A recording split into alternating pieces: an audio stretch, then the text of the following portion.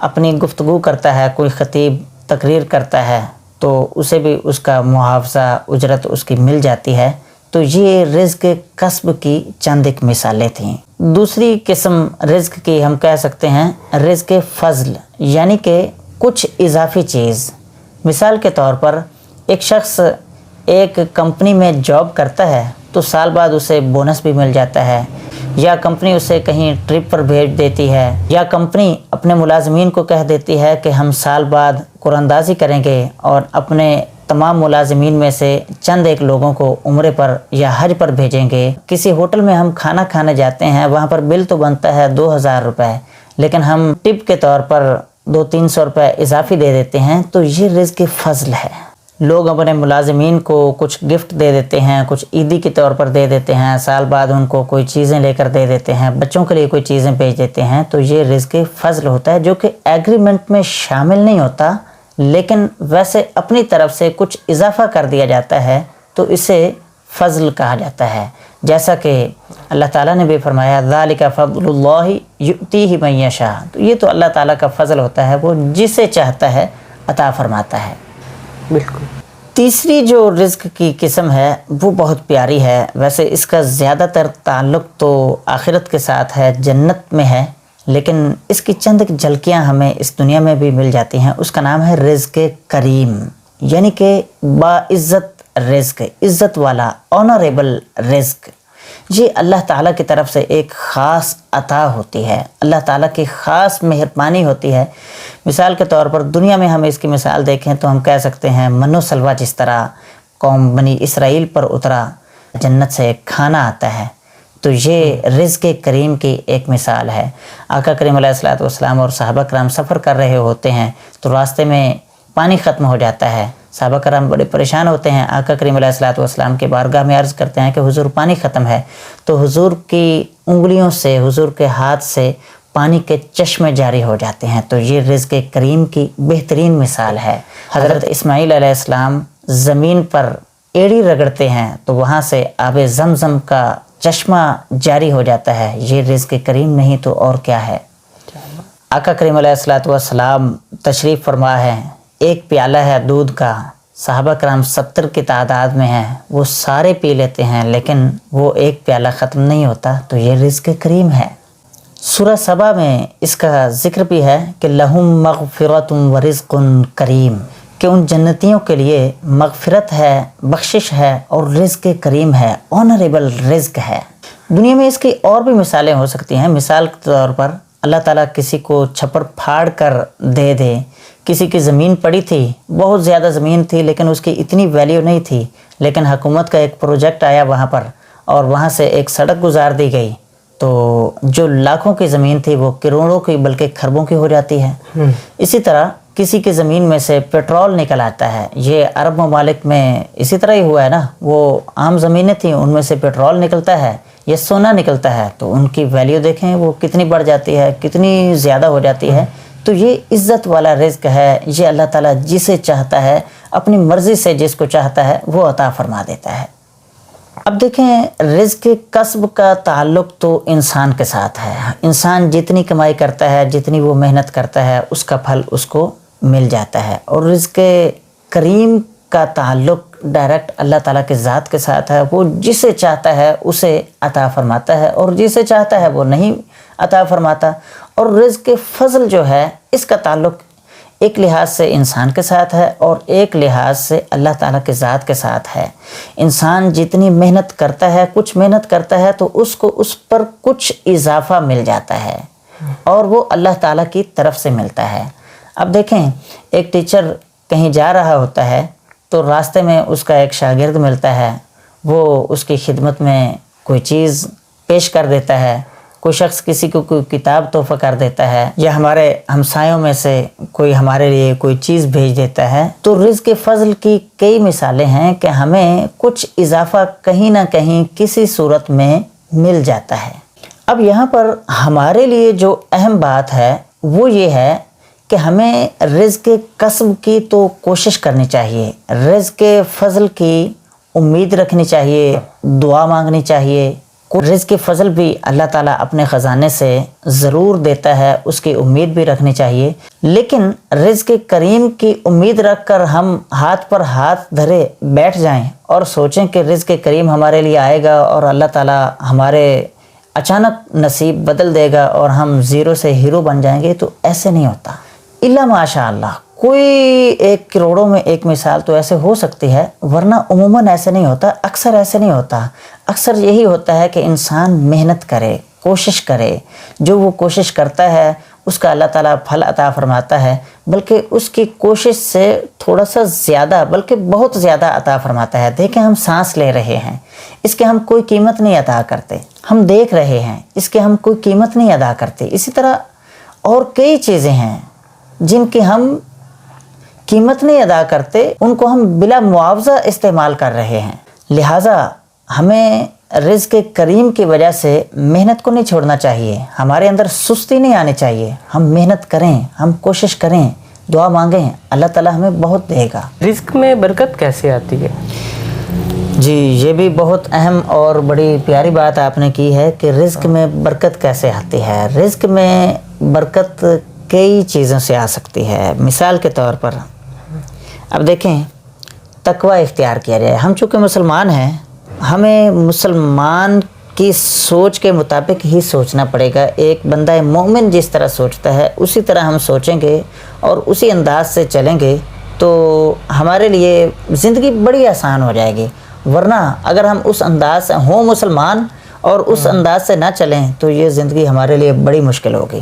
اب دیکھیں، رزق میں برکت حاصل کرنے کے لیے کئی چیزیں ہیں، 9-10 چیزیں میں آپ کو گنوا دیتا ہوں، موٹی موٹی چند ایک چیزیں ہیں۔ مثال کے طور پر انسان تقوی اختیار کرے۔ اللہ تعالیٰ نے قرآن پاک میں فرمایا وَمَن يَتَّقِ اللَّهَ يَجْعَلْ لَهُ مَخْرَجًا، جو خوف خدا رکھتا ہے، جو تقوی اختیار کرتا ہے، اللہ تعالیٰ اس کا کوئی نہ کوئی ٹھکانہ بنا دیتا ہے۔ وَيَرْزُقْهُ مِنْ حَيْثُ لَا يَحْتَسِبُ، اور اسے وہاں سے رزق عطا فرماتا ہے جہاں سے اس کا گمان بھی نہیں ہوتا۔ کیا بات۔ اسی طرح توکل، اللہ تعالیٰ کی ذات پر بھروسہ کیا جائے۔ جو بھروسہ کرتا ہے اللہ تعالیٰ اس کے لیے کافی ہے۔ وَمَن يَتَوَكَّلْ عَلَى اللَّهِ فَهُوَ حَسْبُهُ، جو شخص توکل اختیار کرتا ہے یعنی اللہ پر بھروسہ کر لیتا ہے، اللہ تعالیٰ اسے کافی ہے۔ یہ ذہن میں رکھیں کہ اللہ تعالیٰ نے اپنے ذمہ کرم پر لے لیا ہے، اللہ تعالیٰ نے اپنے ذمہ لے لیا ہے کہ رزق تو میں نے دینا ہی ہے۔ جو شخص جو بھی جاندار پیدا ہوا ہے نا، تو اللہ تعالیٰ نے اس کو رزق دینا ہے۔ وَمَا مِن دَابَّةٍ فِي الْأَرْضِ إِلَّا عَلَى اللَّهِ رِزْقُهَا، کوئی بھی چوپایا ایسا نہیں ہے کہ ہر ایک چوپائے کا رزق اللہ تعالیٰ نے اپنے ذمے لے لیا ہے۔ تو جب اللہ تعالیٰ کے ذمے ہے تو پھر ہمیں اتنی بھی فکر نہیں کرنی چاہیے، یہ رزق ملنا ہی ملنا ہے۔ اللہ تعالیٰ خود فرماتا ہے نَحْنُ نَرْزُقُكُمْ وَإِيَّاهُمْ، ہم تمہیں بھی رزق دے رہے ہیں، تمہاری اولادوں کو بھی دیں گے۔ جو بھی زندہ ہے، جاندار ہے، اس کو رزق ملنا ہی ملنا ہے۔ بالکل۔ حضرت موسیٰ علیہ السلام پر جب وحی ہوئی تو آپ نے وہیں کھڑے کھڑے سوچا کہ پتہ نہیں میرے گھر والوں نے بھی کوئی کھانا کھایا ہے یا نہیں، ان کو بھوک تو نہیں لگ رہی ہوگی۔ ان کے بارے میں جیسے ہی خیال آتا ہے تو اللہ تعالیٰ نے موسیٰ علیہ السلام سے فرمایا کہ اے موسیٰ علیہ السلام، آپ فلاں جگہ پر جائیں اور وہ جو پتھر پڑا ہے اس پر اپنا عصا ماریں۔ موسیٰ علیہ السلام اپنا عصا مارتے ہیں تو وہاں سے ایک اور پتھر نکلتا ہے۔ اللہ تعالیٰ کی طرف سے حکم ہوتا ہے کہ اس پتھر پر بھی عصا ماریں۔ جب وہ عصا مارتے ہیں تو پھر ایک اور پتھر نکلتا ہے۔ تیسری مرتبہ پھر حکم ہوتا ہے کہ اس پتھر پر بھی عصا ماریں۔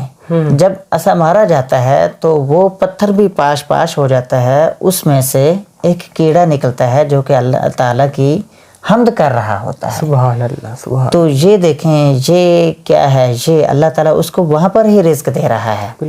اسی طرح استغفار کرنے سے، توبہ استغفار کرنے سے، اللہ تعالیٰ سے بخشش کی دعا مانگتے رہنے سے انسان کا رزق بڑھتا ہے۔ صلہ رحمی کرنے سے انسان کا رزق بڑھتا ہے۔ رشتہ داروں کے ساتھ اچھا سلوک، حسن سلوک کرنے سے، رشتہ داریاں نبھانے سے رزق بڑھتا ہے۔ حدیث شریف میں آتا ہے کہ صلہ رحمی کرنے سے، رشتہ داروں کے ساتھ اچھا سلوک کرنے سے انسان کا رزق بھی بڑھتا ہے، اس کی عمر بھی بڑھتی ہے۔ دعا کرنے سے رزق بڑھتا ہے. دیکھیے ہم نے دعا کرنا چھوڑ دیا ہے. بہت سی دعائیں ہیں. اللہم اکفنی بحلالک عن حرامک واغننی بفضلک عمن سواک. اس کے علاوہ اور بھی کئی دعائیں ہیں, وہ ہمیں مانگنی چاہیے. ہم نے جان بوجھ کر دعا مانگنا چھوڑ دیا ہے. لوگ دعا مانگتے ہی نہیں, بس نماز پڑھتے ہیں, سلام پھیرتے ہیں اور یوں ہاتھ کرتے ہیں اور نکل جاتے ہیں. حالانکہ ان کو چاہیے کہ وہ سکون کے ساتھ بیٹھیں, اللہ تعالیٰ کی بارگاہ میں ہاتھ اٹھائیں, ہاتھ اٹھا کر دعا مانگیں. اپنے لیے مانگیں, اپنے ملک کے لیے مانگیں, اپنے ماں باپ کے لیے, اپنے اساتذہ کے لیے, دوسرے تمام مسلمانوں کے لیے دعا مانگیں. اپنے رزق کے لیے, رزق حلال کی دعا مانگنی چاہیے. بالکل. تو لوگ دعا بالکل ہی نہیں مانگتے. جب دعا نہیں مانگیں گے تو پھر ان کا رزق کیسے بڑھ سکتا ہے؟ اچھا, ایک بہت ہی اہم بات کہ شکر کرنے سے رزق بڑھتا ہے. اللہ تعالیٰ نے قرآن پاک میں فرمایا ہے لَإِن شَكَرْتُمْ لَأَزِيدَنَّكُمْ, کہ اگر تم شکر کرو گے تو میں تمہیں اور زیادہ دوں گا. لوگ کہتے ہیں میرے پاس تو کچھ ہے نہیں, جس چیز کا میں شکر کروں, تو وہ بڑی عجیب سوچ ہے. حالانکہ اللہ تعالیٰ نے اسے زندگی دی ہوئی ہے, وہ اس جہان میں زندہ ہے, ابھی تک وہ زندہ ہے, وہ سانس لے رہا ہے, تو کیا اس چیز کا شکر نہیں بنتا؟ اگر وہ اسی چیز کا شکر ادا کرنا شروع کر دے, جو کچھ اس کے پاس موجود ہے اس کا شکر کرنا شروع کر دے, تو اللہ تعالیٰ اس کا رزق بڑھا دے گا. لوگوں میں خرچ کرنے سے رزق بڑھتا ہے, اللہ کی راہ میں خیرات کرنے سے, صدقہ خیرات کرنے سے, ویسے لوگوں کو دینے سے جتنا رزق بڑھتا ہے نا, اتنا کسی چیز سے نہیں بڑھتا. اب عبادت کرنے سے رزق بڑھتا ہے. اسی طرح خیر کے کام, اچھائی کے کام, بھلائی کے کام جو بندہ شروع کر دیتا ہے نا, تو اس کا رزق بڑھ جاتا ہے. اللہ تعالیٰ نے خود قرآن پاک میں فرمایا ہے کہ وَمِمَّا رَزَقْنَاهُمْ يُنْفِقُونَ, کہ ہم نے جو رزق دیا ہے اس میں سے خرچ کرنا ہے. اب لوگوں کو سمجھ نہیں آتی کہ جو اللہ تعالیٰ نے دیا ہے اسی میں سے, تو اللہ تعالیٰ فرما رہا ہے کہ جو میں نے تم کو دیا ہے اس میں سے تھوڑا سا دے دو. لیکن لوگ کیا کرتے ہیں, لوگ کہتے ہیں کہ یہ اگر میں نے دے دیا, کہ میں نے کوئی 2.5% یا 5% یا 10% اللہ کی راہ میں دے دیا, تو میرا تو مال کم ہو جائے گا. حالانکہ مال اللہ کی راہ میں خرچ کرنے سے بڑھتا ہے. اللہ تعالیٰ خود قرآن پاک میں فرماتا ہے کہ ان لوگوں کی مثال جو اللہ کی راہ میں خرچ کرتے ہیں وہ اس طرح ہے کہ جیسے ایک دانے کو بویا جاتا ہے تو اس میں سے 7 سٹے نکلتے ہیں, اور ہر سٹے میں 100 دانے ہوتے ہیں. مطلب 700 گنا رزق بڑھ جاتا ہے. یعنی اگر ایک دیا جائے تو اس کے بدلے میں اللہ تعالیٰ 700 گنا تک, بلکہ اس سے بھی زیادہ بڑھا کر اللہ تعالیٰ اس کو واپس پیش کرتا ہے. اور یہ اللہ تعالیٰ کے ساتھ تجارت ہوتی ہے. تو ایسی اگر کوئی تجارت نہیں کرے گا, یعنی اللہ کی راہ میں خرچ نہیں کرے گا, تو اس کا رزق کیسے بڑھ سکتا ہے؟ اب دیکھیں, دنیا کے امیر ترین لوگ وہ چیریٹی کرتے ہیں, وہ مخلوق خدا میں بہت زیادہ خرچ کرتے ہیں, بے دریغ خرچ کرتے ہیں, تو اللہ تعالیٰ ان کے مال کو بڑھا دیتا ہے, ان کو اور زیادہ عطا فرماتا ہے. اب قانون تو سب کے لیے ہے, یہ مسلمانوں کے لیے تو نہیں ہے نا کہ مسلمان دیں گے تو ان کا رزق بڑھے گا اور کافر دیں گے تو ان کا رزق نہیں بڑھے گا. جو بھی شخص اس مخلوق کو دے گا, مخلوق کے لیے وہ خرچ کرے گا, تو اللہ تعالیٰ اس کا رزق بڑھا دے گا. اچھا, ایک بڑی زبردست بات کہ ہجرت کرنے سے بھی رزق بڑھ جاتا ہے. آپ دیکھیں, آپ سوچیں کہ جہاں پر آپ رہ رہے ہیں, اگر آپ کا یہاں پر ہاتھ تنگ ہے اور لگاتار تنگ ہی جا رہا ہے, آپ محنت بھی کر رہے ہیں, کوشش بھی کر رہے ہیں, سستی کے ساتھ بھی زندگی نہیں گزار رہے, لیکن پھر بھی آپ کا رزق نہیں بڑھ رہا, تو آپ ہجرت کر کے دیکھ لیں, کسی اور شہر چلے جائیں, کسی اور جگہ چلے جائیں, شاید آپ کا رزق کھل جائے. ابراہیم علیہ السلام نے, کئی انبیاء کرام نے, موسیٰ علیہ السلام نے, آقا کریم علیہ السلام نے خود ہجرت فرمائی ہے, تو ہجرت کرنے سے بھی رزق بڑھ جاتا ہے. اسی طرح ایک بڑی زبردست چیز شادی ہے. شادی کرنے سے بھی احادیث میں آیا ہے کہ رزق بڑھتا ہے. تو جس شخص کا رزق نہ بڑھ رہا ہو وہ شادی کر کے دیکھ لے, تو انشاءاللہ اس کا رزق بڑھ جائے گا. لیکن ہمارے ہاں ایک بڑی الٹی اور بڑی عجیب بات ہے کہ ایسے لوگ جن کے پاس رزق نہیں ہوتا ان سے کوئی شادی نہیں کرتا. تو اللہ تعالیٰ ہمیں توفیق دے اور ہم سیدھے راستے کی طرف اور صحیح طور پر چلنا شروع کر دیں. انسان کا اخلاق اچھا ہو نا تو اس کا رزق بڑھتا ہے. لوگوں کے اخلاق تو اچھے ہوتے نہیں. اب کسی دکاندار کے پاس یا کسی سٹور والے کے پاس جائیں تو وہ بیٹھا ہوتا ہے لڑنے کے لیے تیار بیٹھا ہوتا ہے. تو اب مجھے خود بتائیں کہ ایک بندے کے ساتھ وہ لڑتا ہے یا غصے کے ساتھ بولتا ہے یا بڑے عجیب رویے کے ساتھ اس سے گفتگو کرتا ہے تو میرے خیال میں وہاں پر دوبارہ کسٹمر نہیں جائیں گے. بالکل. اسی طرح کسی کے ساتھ بھی آپ ٹریڈنگ کرتے ہیں, تجارت کرتے ہیں, اگر اگلے بندے کا اخلاق اچھا ہے, وہ جھوٹ نہیں بولتا, بات بات پر قسم نہیں اٹھاتا اور اپنے کردار کو, اپنے کیریکٹر کو اچھا رکھتا ہے, تو اس کا رزق انشاءاللہ ضرور بڑھ جائے گا. مسلمانوں میں جو کمی ہے آج کے دور میں وہ صرف کیریکٹر کی ہے. ہمارا اگر کیریکٹر اچھا ہو جائے, ہمارا اگر کردار اچھا ہو جائے تو باقی ساری چیزیں پوری ہیں. باقی یہ رزق اتنی اس میں فراوانی ہے, رزق اس طرح برس رہا ہے, پوری کائنات میں رزق اتنا زیادہ ہے کہ یہ تو نہ ختم ہونے والا ایک سلسلہ ہے. یہ کیسے ہو سکتا ہے کہ اللہ کے پیارے بندے ہوں, اللہ ان کو رزق نہ دے؟ لیکن کچھ قوانین بھی ہوتے ہیں, اللہ تعالیٰ کا قانون ہے. یہ چند ایک باتیں جو آپ کو بتائی ہیں یہ قوانین قدرت ہیں, تو ان کے مطابق اگر کوئی زندگی بسر کرنا شروع کر دے تو اس کا رزق بڑھ جائے گا. اب دیکھیں, صبح کے وقت جلدی اٹھنے سے بھی رزق بڑھتا ہے. صبح خیزی, صبح کے وقت جو شخص جلدی اٹھے گا اور سورج طلوع ہونے تک وہ اپنے آپ کو نہیں سلائے گا, وہ نیند میں نہیں آئے گا, تو اس کا رزق بڑھ جائے گا. ہمارا تو ان چیزوں پر ایمان ہے. آپ یہ چند ایک چیزیں جو میں نے بتائی ہیں یہ کر کے دیکھیں, رزق نہ بڑھے تو آپ پھر کہیے گا. لوگ کہہ رہے ہوتے ہیں کہ اس کی طرف رزق جا رہا ہے, اس کی طرف بڑھ رہا ہے, جس کے پاس پہلے ہی پیسہ ہے, جس کے پاس پہلے ہی چیزیں ہیں, مال ہے, اس کا بڑھتا جا رہا ہے, میرے پاس کچھ نہیں آ رہا. تو بھائی اپنے اندر دیکھو, کوئی نہ کوئی کمی تو تمہارے اندر ہے نا, جس کی وجہ سے چیزیں اس کی طرف تو جا رہی ہیں, تمہارے پاس نہیں آ رہی ہیں. کوئی نہ کوئی تو ایسی وجہ ہوگی نا, وہ ان باتوں میں سے کچھ تو ایسا کرتا ہوگا جس کی وجہ سے اس کا رزق بڑھ رہا ہے, تمہارا گھٹ رہا ہے, کم ہو رہا ہے. تو کوئی تو ایسی وجہ ہوگی نا. البتہ ایک بات ہو سکتی ہے کہ اللہ تعالیٰ نے فرمایا ہے وَاللَّهُ فَضَّلَ بَعْضَكُمْ عَلَى بَعْضٍ فِي الرِّزْقِ, یعنی اللہ تعالیٰ نے بعض لوگوں کو رزق میں فضیلت دیا ہے, یعنی بعض لوگوں کا رزق بعض لوگوں سے, چند لوگوں سے بڑھا دیا ہے. تو وہ اللہ ہی بہتر جانتا ہے کہ ان کا رزق کیوں بڑھایا ہے.